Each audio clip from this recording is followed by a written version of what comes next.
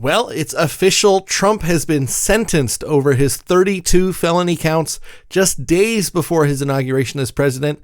We've got the sentencing explained, plus a super speed rundown of where all the other cases stand. But in the words of Catherine Zeta-Jones, I just can't do it alone. So I'll be joined by media guru Ben Bloomert to add some extra perspective. We got a great show for you. I'm Tyler Skillings. Welcome to the New Right Broadcast.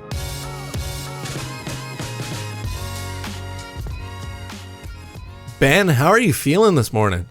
Well, Tyler, it is a beautiful day because in so many ways, this is the beginning of the end of this long legal warfare waged against Donald Trump.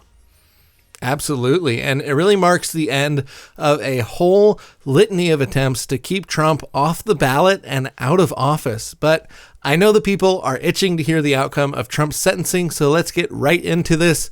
Ben, we've heard rumors of this announcement all week, but what has the judge officially ruled? Well, Trump could have faced almost 4 years in prison, as well as massive fines, as the judge refused to drop this case and moved towards sentencing despite Trump's win in November. But that isn't the way it went. In fact, the judge used an uncommon legal method to resolve this case called an unconditional discharge that removes all ramifications of the guilty verdict. Right. So Trump will not be going to jail or even face any fines for this case. And we've been researching this all week as earlier reports indicated that it might go this way. And it's kind of an interesting legal practice. The court basically acknowledges the guilt, but decides that punishment is not necessary under the specific circumstance. But that doesn't mean Trump is off scot-free. He likely still faces the collateral consequences of being convicted of a felony, which means no owning a firearm, no voting, and in some cases, no holding a public office. Yeah, but important to note, the presidency is not one of those public offices that bars felons from holding it. Right. So Trump is clear to take office. The election has been certified, and it should be smooth sailing from here. But Ben, what about some of these legal contests like challenging Trump under the 14th Amendment? That's the amendment that says anyone who has attempted an insurrection against the U.S. cannot be president. Well, that one's out as well. The Supreme Court actually stepped in to say that states do not unilaterally get the ability to rule on the 14th Amendment, and it could only happen through a vote in Congress.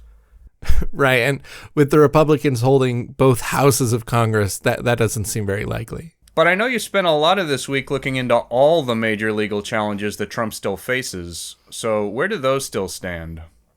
Yeah, well, there's sort of three camps each of these cases fall in.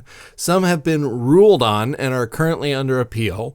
Some have been dismissed, and one single case is just an ongoing disaster. So what do the people need to know? Yeah, let's start with the dismissals. So the classified documents case, dismissed. The federal election interference case, dismissed. The D.C. election interference case, dismissed. And hush money, this case, of course, not quite dismissed.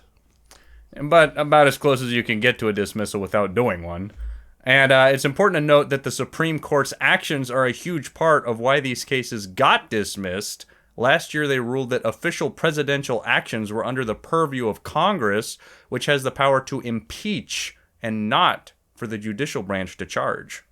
Okay, so next let's take a look at the civil suits, which have a little bit of a lower bar, but also usually lower punishments. In the Jean Carroll defamation and abuse case, Trump has been ordered to pay $80 million in damages. And in the fraud case where they alleged he overvalued his properties, he's been ordered to pay a whopping $355 million. They were nice properties, and those were seen largely as political, since the rulings came down in the middle of his campaign and were perceived as either smears or stretches to try to bankrupt the campaign. For example, the victim in the overvaluation case, who were supposedly the ones defrauded, said that they actually had no problem with how the transaction played out and preferred the prosecutors to just leave it be.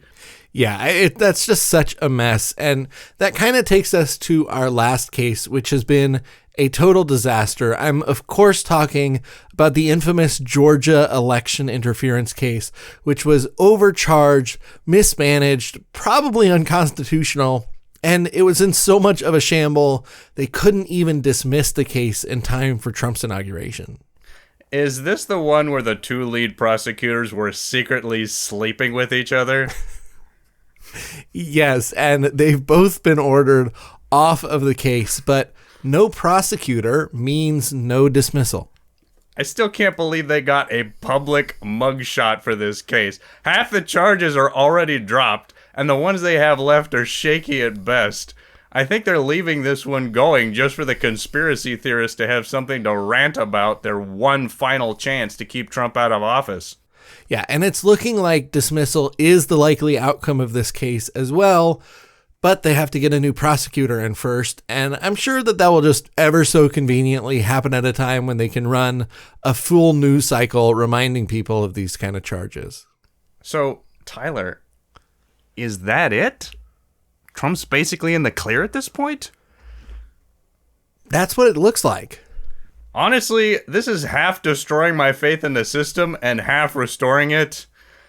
I don't know how to feel. I kind of feel the same way. I mean, these charges never should have been brought, and the more we learn about the collusion between the White House and the district attorneys on these cases, the more it becomes clear that this was an attempt to sway the election. Yeah, so do we need to bring an election interference case to rule if the election interference case was actually an election interference?